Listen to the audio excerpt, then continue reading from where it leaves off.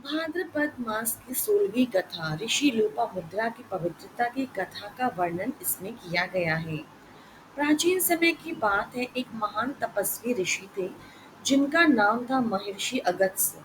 उन्होंने आजीवन ब्रह्मचर्य का पालन किया और फिर योग्य समय पर विवाह किया। उनकी पत्नी का नाम लोपामुद्रा था। वह अत्यंत सुशील, ज्ञानी और पवित्र चरित्र वाली थी। वह स्वयं महर्षि अगस्त्य के तप और ज्ञान से पूर्णतः सहभागी थी।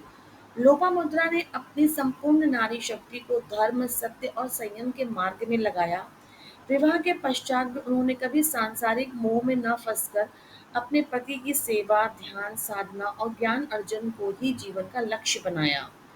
एक समय भाद्रपद मास में ऋषियों ने एक महायज्ञ की आयोजना की। यज्ञ में भाग लेने के लिए ऋषि अगस्त्य जंगल में गए और लोपामुद्रा को आदेश दिया, हे देवी, जब तक मैं लौटूं तब तक आप ब्रह्मचर्य और साध्वी इस धर्म का पालन करते हुए घर की रक्षा करें। लोपामुद्रा ने संकल्प किया कि वह भाद्रपद मास के शुक्ल पक्ष की प्रतिपदा से पूर्णिमा तक एक समय फलाहार करेगी और हर दिन भगवान विष्णु की पूजा, व्रत और ध्यान करेगी। उन्होंने 16 दिन तक कठोर नियमों का पालन किया, बिना बिस्तर के सोई, मौन व्रत रखा, केवल तुलसी जल और फल से जीवन निर्वाह किया। प्रतिदिन भगवत गीता का पाठ करती और ब्रह्म मुहूर्त में स्नान करके वंदन करती।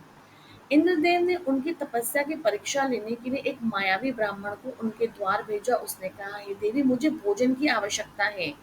लोपामुद्रा ने विनम्रता से कहा, मैं व्रत में हूँ, परंतु आपके लिए फल और जल ला सकती हूँ। फल जल से किसी की भूख नहीं मिटती। क्या तुम्हारे पति ने तुम्हें अतिथि सेवा से रोका है? ऐसा ब्राह्मण ने हंसते हुए कहा। लोपामुद्रा ने उत्तर दिया, नहीं, परंतु मेरी आत्मा और शरीर इस समय तप में लीन है।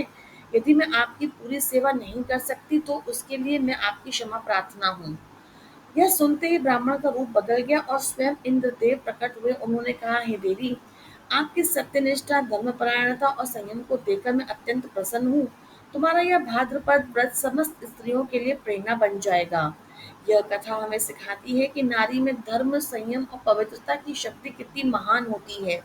लोपामुद्रा की तरह भाद्रपद मास में संकल्प, व्रत, सेवा और तप का पालन करने से जीवन में पुण्य और दिव्यता आती है। स्त्रियां यदि श्रद्धा और नियम से व्रत करें तो उनके घर में सुख, समृद्धि और भगवत कृपा सदैव बनी रहती है।